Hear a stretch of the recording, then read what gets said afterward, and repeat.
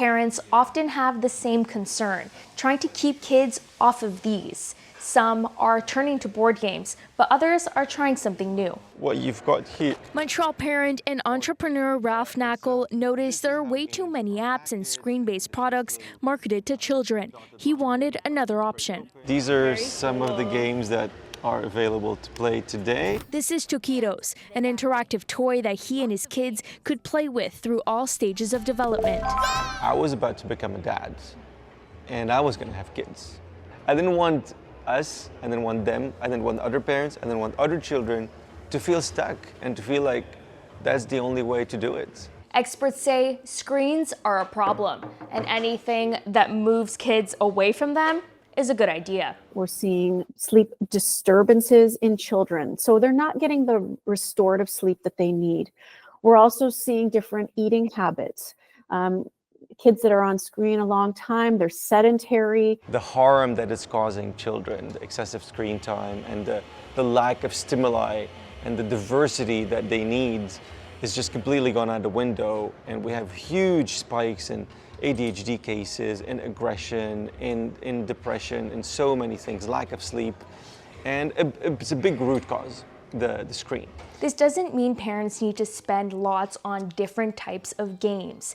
All it's needed is a bit of family time and going back to basics. And I can choose a board game that is... This game expert has noticed the rise in popularity in board games in the past few years. He credits the push towards screenless play and the huge diversity of games. You can pretty much find any game for any person or group of people nowadays. More and more people discover them. The new board games, if I can say, are getting more and more spotlight. Children learn and grow and develop way better through engagement, through interaction, and especially through social interactions with other kids and, very importantly, adults.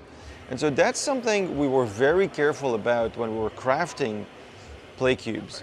Trottier says playing games works your brain in so many ways, but says screens shouldn't be demonized, just dosed properly. Every game makes you learn something.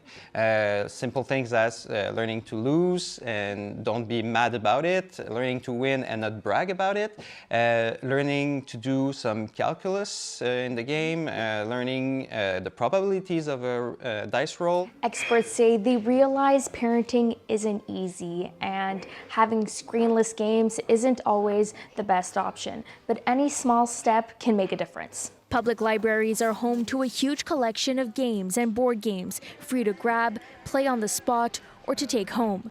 Trottier encourages families to try games out and participate in animated events before having to commit to purchasing a game. This is a society problem, and so it's going to take all of us to work together to create a safer, healthier digital world for our kids. Dr. Ponti points out that children are watching our every move, and we should model the behavior we'd like to see in them and encourage healthy habits.